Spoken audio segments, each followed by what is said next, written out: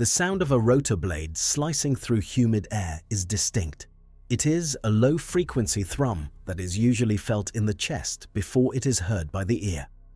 But in the Son Tay province of North Vietnam at 2:18 in the morning on November 21, 1970, the air was silent. The crickets were screaming, a wall of biological noise that covered the landscape like a blanket. The Songkhon River moved sluggishly, black oil moving through black earth. Inside the guard towers of the prison camp, men sat in the lethargic haze of a graveyard shift deep inside their own territory. They were 23 miles from Hanoi. They were in the heart of the most heavily defended air defense network in the history of warfare. To be here, an enemy aircraft would have to navigate an overlapping lattice of Soviet-supplied Fansong radars, SA-2 guideline missiles, and thousands of anti-aircraft artillery barrels. The assumption was absolute. The sky above them was a fortress, the ground beneath them was a sanctuary. Then, the physics of the night changed. The silence didn't break, it shattered. A controlled crash, the screech of tearing aluminum, and the sudden violent displacement of air as a Sikorsky HH-3 helicopter deliberately flew directly into the center of the prison courtyard. It was not a landing, it was a kinetic insertion. The rotors sheared off against the trees, turning into lethal shrapnel that cleared the landing zone. Before the fuselage had even stopped sliding, the ramp was down. There was no transition from peace to war. There was only an immediate, total saturation of violence. The North Vietnamese guards inside the compound did not reach for their weapons immediately. They froze. Their brains could not process the data their eyes were receiving. There were giant men, faces blackened with grease paint, moving with the fluid, mechanical precision of a machine, pouring out of a wrecked helicopter in the middle of their secure perimeter. It was a cognitive dissonance so severe it induced temporary paralysis. This was not a border skirmish. This was not a bombing run from 30,000 feet. This was a physical invasion of the suburbs of Hanoi. The arrogance of the North Vietnamese Defense Command was not just a mood, it was a doctrine. 3 days earlier, in a hardened command bunker on the outskirts of Hanoi, the mood was one of statistical invincibility. The table was covered in acetate maps, marked with the red semicircles of surface-to-air missile engagement zones. A senior NVA colonel, reviewing the air defense readiness reports with a Soviet technical advisor, pointed to the density of the coverage around the capital. The Americans are creatures of habit, the advisor noted, tapping the map. They rely on altitude, they rely on speed. They believe their technology protects them. But here, he circled the Red River Delta. We have created a mathematical impossibility for them. To enter this airspace is suicide. To land here, it is a fantasy. They would be tracked from the moment they crossed the Laotian border. We would have MiGs in the air before they cleared the mountains. The colonel nodded, lighting a cigarette. They bomb the trails. They bomb the bridges. But they do not come here. Not on the ground. The cost is too high. The risk is illogical. It was a seductive line of reasoning. It was based on the rational analysis of a conventional enemy. It assumed that the United States military operated on a balance sheet of acceptable loss. It assumed that no commander would risk a strategic air asset and 56 highly trained operators for a mission with zero strategic value, purely to recover human beings. They were wrong about the geography. They were wrong about the technology. But mostly, they were wrong about the psychology of the men who were currently painting their faces green in a hangar in Thailand. If you enjoy uncovering the systems and strategies that define historical conflicts, make sure you are subscribed. We are dissecting the machinery of the Cold War, one operation at a time. The raid on Son Tay, codenamed Operation Ivory Coast, was not merely a rescue mission. It was a systemic dismantling of the Soviet air defense philosophy. It was a proof of concept that proved the entire architecture of North Vietnamese security was built on a foundation of sand. But to understand how 56 men could humiliate an entire nation's military apparatus, we have to look away from the jungle and look at the technology of the eye. The genesis of the raid began not with a gun, but with a lens. In May 1970, an SR-71 Blackbird, flying at 3 times the speed of sound at the edge of space, snapped a series of high-resolution photographs of a compound west of Hanoi. Intelligence analysts at the Pentagon, men who spent their lives looking at shadows and rooflines, noticed something anomalous. They saw a pattern of movement that didn't fit the profile of a military barracks or a supply depot. They saw men walking in circles. They saw laundry arranged in codes. They saw the distinctive letter K stomped into the tall grass, a distress signal. "Come get us!" The confirmation was electric. This was a prisoner of war camp, and it was full. But knowing the location was the easy part. The what is rarely the problem in special operations. The how is the nightmare. The camp, Sun Tay, was small. It was surrounded by rice paddies which were essentially open swamps, making a ground approach impossible without detection. It was nestled in a valley that acted as a natural amphitheater for sound, and it was located in the most hostile airspace on Earth. The planning fell to a man who was, in many ways, the antithesis of the modern, polished military officer. Colonel Arthur Bull Simons was a force of nature. A veteran of World War II and Korea, Simons did not believe in luck. He believed in rehearsal. He believed in the granular control of chaos. When he was given the dossier for Ivory Coast, he didn't look at the map and see a courageous endeavor. He saw an engineering problem. The problem had 3 variables. Variable 1, navigation. How do you fly 6 helicopters and a C-130 transport plane hundreds of miles at night, through mountains, in total radio silence, and arrive at a specific patch of dirt the size of a tennis court at an exact second? Variable 2, neutralization. How do you eliminate 50 to 100 guards in seconds without killing the prisoners you are there to save? Variable 3, extraction. How do you get everyone out before the MiGs arrive? The solution to these problems required a level of preparation that bordered on insanity. At Eglin Air Force Base in Florida, the CIA and the Air Force constructed a full-scale physical replica of the Sun Tay prison camp. But they couldn't just leave it standing, or Soviet spy satellites would see it and warn Hanoi. So, every night the camp was erected. Every morning, before the sun rose and the satellites passed overhead, it was dismantled. For months, the raiders, all volunteers, all special forces, rehearsed the assault.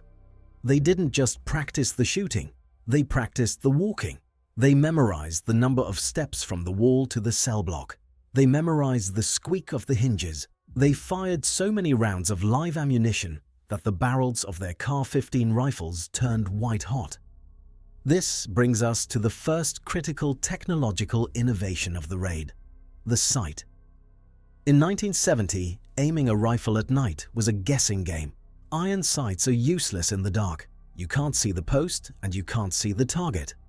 The standard solution was to use tracers, which work both ways, or flares, which ruin surprise. The Sun Tay raiders needed something else. They needed to be able to engage targets instantly, in low light, with surgical precision. They procured a commercial optic called the single point. It was a primitive occlusion sight. It looked like a small black tube. You couldn't look through it. Instead, you kept both eyes open. Your dominant eye looked into the black tube and saw a red dot powered by ambient light or a radioactive tritium source. Your non-dominant eye looked at the target. Your brain, trying to merge the 2 images, superimposed the red dot onto the target. It was the grandfather of the modern red dot sight. It allowed the raiders to shoot with both eyes open, maintaining peripheral vision and engaging targets as fast as they could move their heads. Combined with the Car-15 carbines, which were modified with suppressors to reduce the muzzle flash and noise, The raiders were equipped to fight in a way the North Vietnamese guards had never encountered. The guards were armed with AK-47s, reliable, loud, and inaccurate in the dark. The Americans were armed with physics, but the gear was useless if they couldn't get to the target. This fell to the air crews. The aircraft selected were the HH-53 Super Jolly Green Giant for transport and the smaller HH-3E Jolly Green for the assault landing. Leading them would be a C-130 Combat Talon, a specialized aircraft filled with electronic warfare gear and terrain-following radar. The flight profile was terrifying. To stay under the Soviet radar coverage, the formation would have to fly at 500 feet. As they approached the Red River Delta, they would drop to 200 feet. At night, in formation. This is where the arrogance of the enemy becomes a tactical vulnerability. The Soviet advisors had told the North Vietnamese that radar coverage was absolute, but radar is line of sight. It cannot see through mountains, it cannot see below the horizon. By hugging the earth, by flying in the clutter of the ground return, the American aircraft became invisible. They were ghosts. But there was a complication. A massive typhoon, Typhoon Patsy, was battering the Philippines and moving toward Vietnam. The weather was deteriorating rapidly. The window for the raid was closing. If they didn't go on the night of November 20th, they would have to wait a month for the moon conditions to be right again. By then, the prisoners might be moved or dead. General Leroy Manor, the overall commander, made the call. Go. The launch from bases in Thailand was a masterpiece of coordination. But as the formation moved toward North Vietnam, a second, invisible operation began. This is the ghost effect that the blueprint of this war demanded. The North Vietnamese air defense system was an integrated network. If a radar operator in the west saw a blip, he alerted the Central Command in Hanoi, who scrambled MiGs from the airfields. The Americans knew they would be detected eventually. They couldn't hide the sound of the engines forever, so they decided to overload the system. While the raiders stayed low, a flight of Navy A-6 intruders and A-7 Corsair IIs launched from the aircraft carrier USS Oriskany in the Gulf of Tonkin. Their mission was not to bomb, it was to act. They flew into North Vietnamese airspace at high altitude, lighting up every radar screen in the country. They dropped flares. They simulated a massive bombing raid on Haiphong. The effect in the Hanoi command bunker was chaos. The radar screens lit up with dozens of targets. The Soviet advisors screamed orders. The NVA commanders, believing the capital was under massive attack from the east, focused every sensor, every missile battery, and every MiG toward the coast. They were looking up. They were looking east. They were not looking down. And they were not looking west. While the entire air defense network of North Vietnam convulsed in reaction to the Navy's Phantom Fleet, the C-130 Combat Talon, call sign Cherry 1, slipped through the mountains to the west of Hanoi. Behind it, the helicopters bobbed in the turbulent air, their rotors churning the heavy, humid night. Inside the lead helicopter, Apple 1, Bull Simons sat in the darkness. The men around him were silent. They were checking their weapons for the 100th time. They were visualizing the model. They knew that in less than an hour, they would either be heroes or corpses. There was no middle ground. The arrival at Son Tay was a moment of confusion that turned into clarity. The C-130 dropped flares over the camp, turning the night into an eerie, flickering daylight. The plan called for the HH-3, Banana 1, to crash land inside the prison walls. The trees in the courtyard were too tall for a landing and too thick to rappel through. The solution was brute force. The pilot, Herb Kalin, was told to fly the helicopter into the trees, letting the rotor blades chop through the wood until the machine hit the ground. It is difficult to overstate the violence of this maneuver. A helicopter is a delicate machine. Deliberately flying it into a forest is contrary to every instinct a pilot possesses. But Kalin didn't hesitate. The sound was deafening. The scream of the turbines, the explosion of wood, the tearing of metal. The helicopter slammed into the ground, the impact throwing the operators against their harnesses. Before the dust settled, the ramp dropped. Captain Dick Meadows, the ground force commander, sprinted out. He had a bullhorn in one hand and a Car-15 in the other. "We're Americans," he shouted into the chaos. "Keep your heads down. We're Americans." The execution of the raid was a study in controlled aggression. The operators moved in two-man teams, sweeping the barracks, clearing the cells. The single-point sights glowed in the darkness, red dots finding targets, suppressed rifles coughing their lethal rhythm. The guards, woken from sleep by a helicopter crashing into their courtyard, were disoriented. They reached for weapons and died before they could shoulder them. But outside the walls, something was wrong. Colonel Bull Simons, leading the support group in the second helicopter, Apple 1, landed at what he thought was the secondary support compound, a few hundred meters from the prison. As his men poured out, they realized two things instantly. First, this was not the support compound. It was a secondary school that had been converted into a barracks. Second, it was not empty. Simons and his men had landed directly in the middle of a sleeping quarters for Chinese or Russian advisors. The intelligence is still debated to this day. But these men were taller than Vietnamese, and they fought differently. This is the friction of war. The plan was perfect, the map was perfect.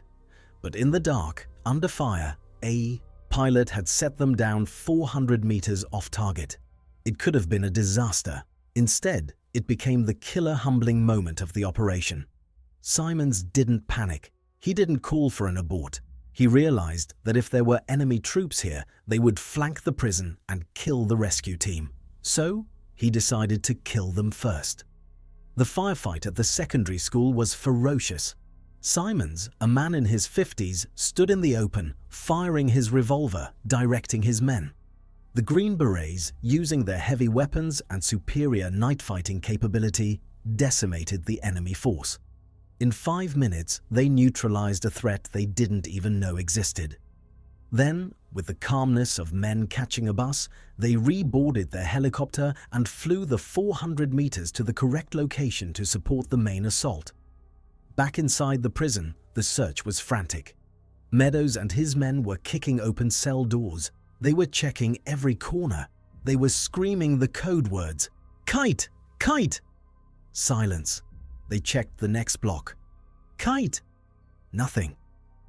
The realization hit Meadows like a physical blow. The cells were empty. There were shackles. There were bowls of half-eaten rice. There was the smell of men. But there were no Americans. The intelligence had been right about the location. It had been right about the layout. But it had been wrong about the timeline.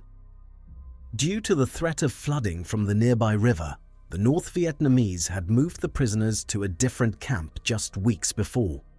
The raid was a ghost hunt. For a moment, the crushing weight of failure hung over the team. They had risked everything. They had flown into the mouth of the dragon, and the prize was gone. But the mission clock was ticking. They had been on the ground for 20 minutes. The element of surprise was gone. The confusion caused by the Navy diversion was fading. The SAM sites were waking up. The MiGs were turning on their engines. Negative items, Meadows radioed. Search complete, negative items. The code word for no prisoners. Simons didn't hesitate. Extract, extract now. The withdrawal was as precise as the insertion. The raiders blew up the crashed HH-3 helicopter to prevent the technology from falling into enemy hands. They boarded the waiting HH-53s. As the heavy helicopters lifted off, the sky around them began to fill with the angry tracers of anti-aircraft fire. The sleeping giant was awake, but it was too late. The raiders slipped back into the darkness, hugging the terrain, disappearing into the radar clutter. They had been on the ground for exactly 29 minutes. The flight back was somber. The men sat on the floor of the helicopters, exhausted, covered in sweat and mud. They had executed the most complex special operations raid in history flawlessly. They had killed dozens of enemy soldiers. They had destroyed a facility inside the enemy capital's defense ring, and they were coming home with empty hands. To the casual observer, Operation Ivory Coast was a failure. The objective was not met. The POWs were not rescued. In the days following the raid, the American press, and indeed some in the military, questioned the wisdom of the operation. They called it an intelligence failure. They called it a reckless gamble. But this perspective fails to understand the systemic impact of the event. It fails to understand the nature of the Cold War. When the North Vietnamese High Command surveyed the wreckage of the Son Tay prison the next morning, they did not see a victory. They saw a catastrophe. They saw the charred remains of an American helicopter sitting in the center of their secure territory. They saw the bodies of their guards, killed by men who had appeared and vanished like smoke. They saw the spent brass of American ammunition. The message was clear, and it was devastating. We can come here. The psychological effect on the North Vietnamese leadership was profound. The illusion of the safe rear area was shattered. If the Americans could land a force 23 miles from Hanoi, shoot up a prison, and leave without losing a man, then no one was safe. Not the generals in their villas, not the party leaders in their bunkers. The reaction was immediate and systemic. The North Vietnamese realized they could not protect their scattered prison camps. They didn't have the resources to defend every remote outpost against this kind of vertical envelopment. So they consolidated. They moved all the American POWs from the outlying camps into the central prison in Hanoi, the infamous Hanoi Hilton. This seems like a minor administrative change. It was not. For years, the American POWs had been held in isolation, in squalid conditions, tortured and starved in small groups. They had no communication, no chain of command, no hope. When they were moved to the Hanoi Hilton, suddenly they were together. Hundreds of them. They could talk, they could organize, they could support each other. The morale of the POWs skyrocketed. The torture decreased because the large group provided a layer of protection and witness. The health of the prisoners improved. The raid failed to bring 50 men home that night, but it succeeded in saving the lives and sanity of hundreds of men for the remainder of the war. Let's return to that briefing room in Hanoi, to the Soviet advisor pointing at the map, confident in his red circles of death, confident that the American machine was predictable, risk-averse, and bound by the laws of conventional warfare. The Son Tay raid took that map and burned it. It proved that in the calculus of war, there are variables that cannot be measured by radar or range rings. Variables like the audacity of a pilot willing to crash a helicopter to save a brother. Variables like the skill of a shooter who trains until he can hit a target in the dark by instinct alone. The raid was a tactical failure, yes, but it was a strategic masterstroke. It forced the enemy to alter their entire behavior based on the fear of what the Americans might do next. The scorecard of the night is brutal in its asymmetry. American casualties, 0. Aircraft lost to enemy fire, 0. Time on ground, 29 minutes. Distance from enemy capital, 23 miles. Enemy perception of safety, 0. The ghost effect was real. The Americans had come, they had struck, and they had gone, leaving behind only wreckage and a terrified enemy who realized that their walls were not high enough, their radar was not strong enough, and their sanctuary was a lie. The Son Tay raid remains the template for modern special operations. It taught the world that with enough intelligence, enough rehearsal, and enough courage, there is no such thing as a denied area. The silence of the jungle returned to Son Tay. But the silence in the minds of the North Vietnamese guards was gone forever, replaced by the permanent nagging sound of a rotor blade in the distance and the fear of what might be coming out of the dark. This is the nature of systemic warfare. You don't always have to win the objective to destroy the enemy's reality. Sometimes you just have to show them that they are not the masters of their own house. The detailed autopsy of Operation Ivory Coast reveals layers of complexity that go far beyond the summary.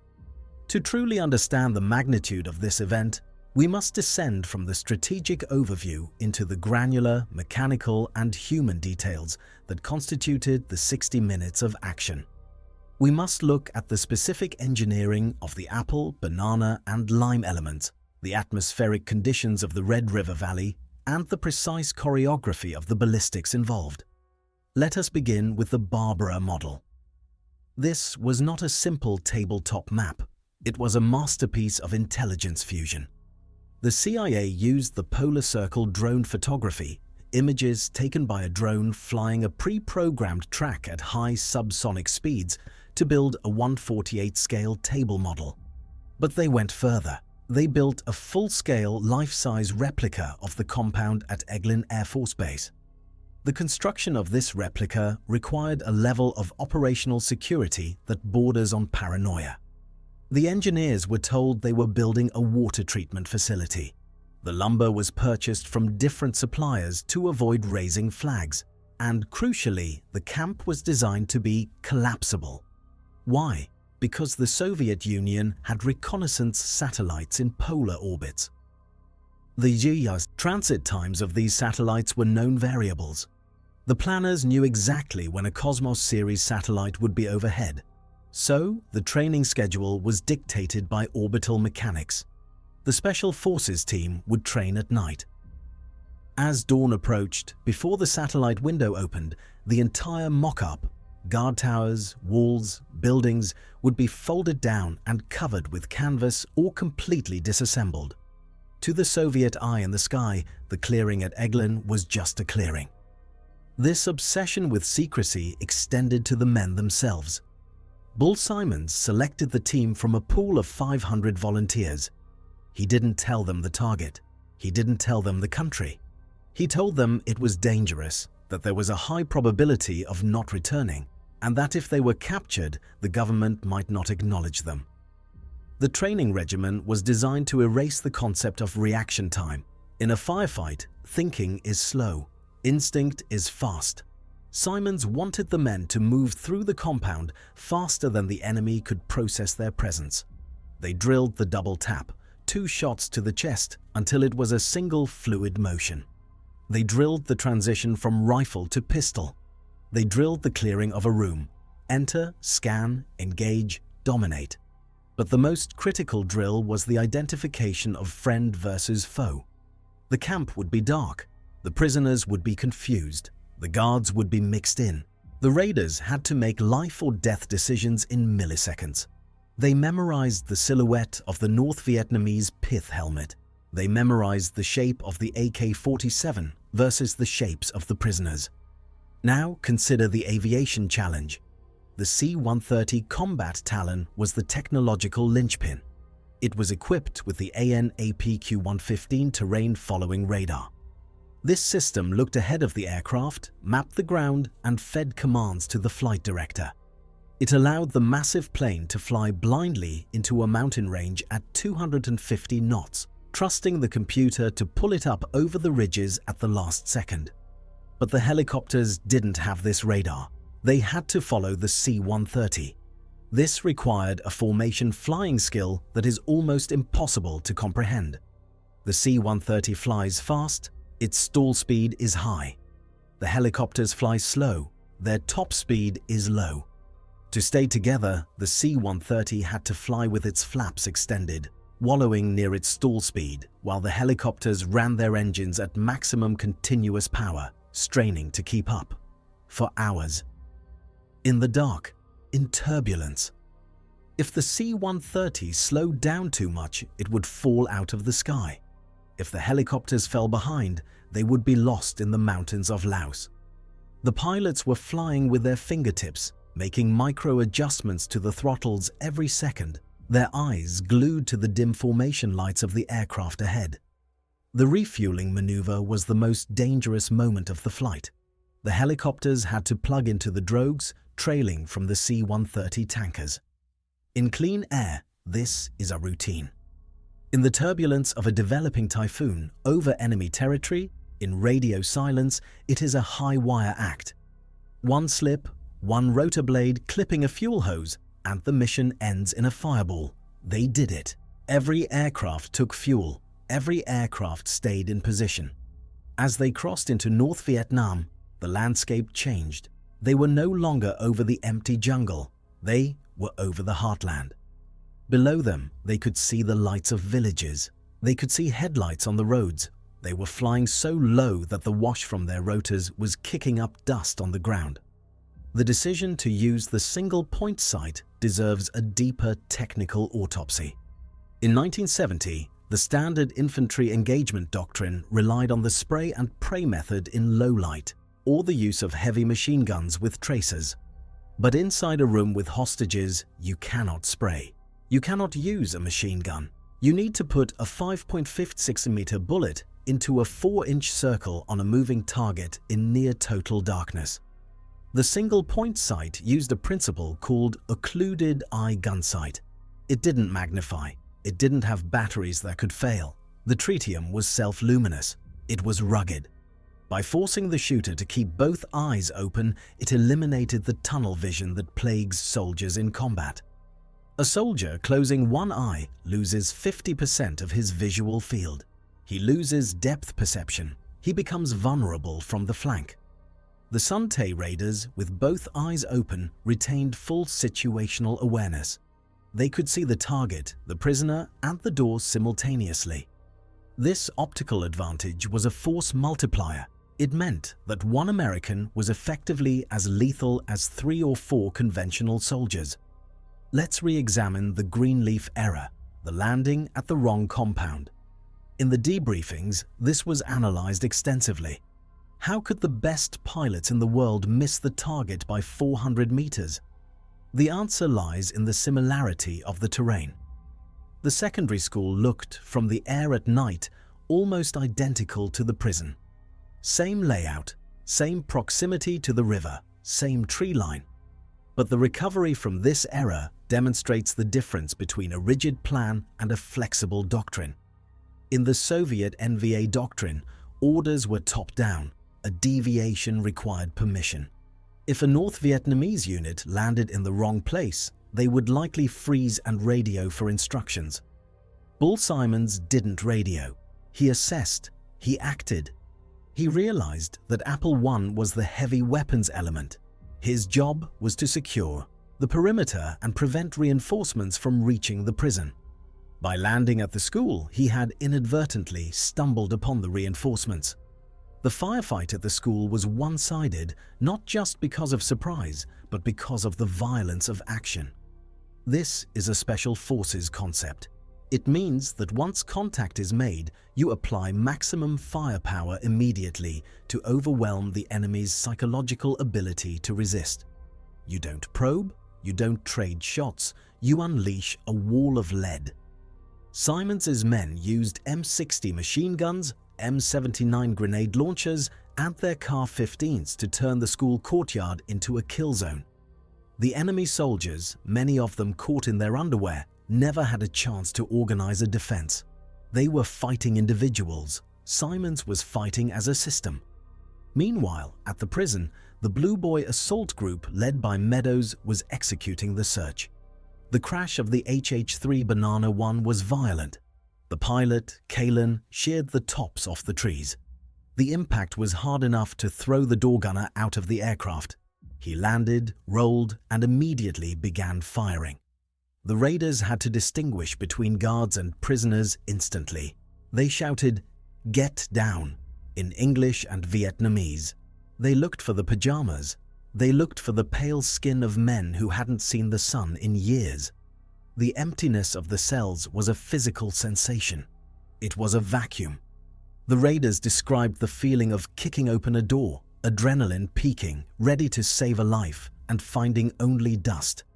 It was a hollow thud that echoed in their chests. But they didn't stop. They cleared every building. They checked the latrines. They checked the wells. They had to be 100% sure. The extraction was the final test of the system. The HH-53s had to land in the landing zone that had been cleared by explosives. The raiders had blown down the utility poles and trees to create space. The helicopters came in, hovering amidst the smoke and the debris.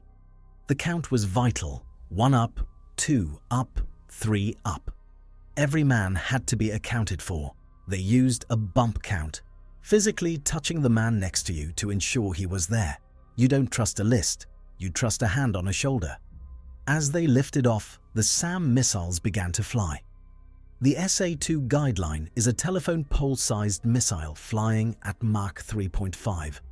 It has a warhead filled with shrapnel that shreds aircraft. The pilots saw the launches. They saw the telephone poles rising from the ground on pillars of fire. This is where the electronic warfare suite of the C-130 and the Navy's diversion paid off again. The radar operators on the ground were confused. Their scopes were filled with jamming strobes. They were firing blindly, ballistic launches hoping to catch something. The raiders watched the missiles arc through the sky, missing their formation. It was a display of lethal fireworks, a celebration of their escape. When they landed back in Thailand, the mood was complex. There was relief, there was pride in the execution. But there was the crushing disappointment of the empty cells. Bull Simons, a man of iron, was visibly frustrated. He had wanted to bring them home, but the intelligence debriefing revealed the secondary victory. The intelligence failure was actually a timing failure. The prisoners had been there. They had been moved because the well water was contaminated and the river was rising. It wasn't a security leak. It was bad luck. However, the ghost effect was permanent. The North Vietnamese military apparatus was shaken. They launched an internal investigation. How did they get in? Why didn't we see them? The answers were terrifying for them. They didn't see them because their radar was flawed. They didn't stop them because their reaction time was too slow. They didn't kill them because their infantry tactics were inferior. The raid exposed the gap between a conscript army relying on mass and a professional force relying on precision. The consolidation of the POWs to the Hanoi Hilton changed the dynamic of the war for the prisoners. Men who had been in solitary confinement for 3 years suddenly found themselves in a room with 40 other Americans.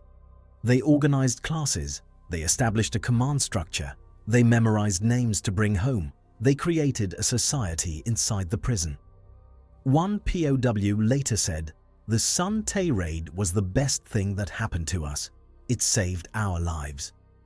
The raid also had a technological legacy. The failure to find the prisoners drove the development of better real-time intelligence. It pushed the military to develop night vision goggles, which were in their infancy and not used on the raid. It validated the concept of the Joint Special Operations Task Force, Army and Air Force working as a single unit, which would eventually lead to the creation of JSOC, Joint Special Operations Command. The equipment used, the FLIR, the terrain-following radar, the red dot sights, became standard. The tactics, the double tap, the room clearing, the synchronized time on target became the Bible of modern CQB, close quarters battle. But the most enduring lesson of Son Tay is psychological. It is the lesson of the strategic raid. A raid is usually tactical. You hit a bridge to stop a train. You hit a depot to destroy ammo. Son Tay was strategic because it targeted the enemy's mind. It attacked their confidence. It attacked their narrative. The North Vietnamese narrative was, "We are winning. We are safe. The Americans are losing. They are afraid." Son Tay said, "We are not afraid. We are here. And you are only alive because we chose to leave." The arrogance of the opening scene, the colonel and the advisor laughing at the map, was replaced by a permanent state of anxiety. Every time a radar blip flickered, every time a helicopter sound drifted over the jungle, they had to wonder, is it them? Are they back? That is the power of the ghost. You can't shoot a ghost. You can't arrest a ghost. You can only fear it. And in the long, cold attrition of warfare, fear is a weapon as potent as any bomb. The men of the Son Tay raid didn't bring back the prisoners that night. But they brought back something else. They brought back the certainty that no matter how dark the night, no matter how high the walls, no matter how deep the territory, there is no place on earth beyond the reach of determined men. The 29 minutes at Son-Tay echoed for the rest of the war. It was a masterclass in the art of the impossible, and it remains, to this day, the gold standard of what happens when preparation meets audacity. The guards at Son-Tay were stunned, not just because they were attacked. They were stunned because their entire worldview, the belief in their own invulnerability, was dismantled in front of their eyes, one suppressed round at a time. This is the story of how 56 men broke the lock on the most secure door in Vietnam and left it open for the world to see.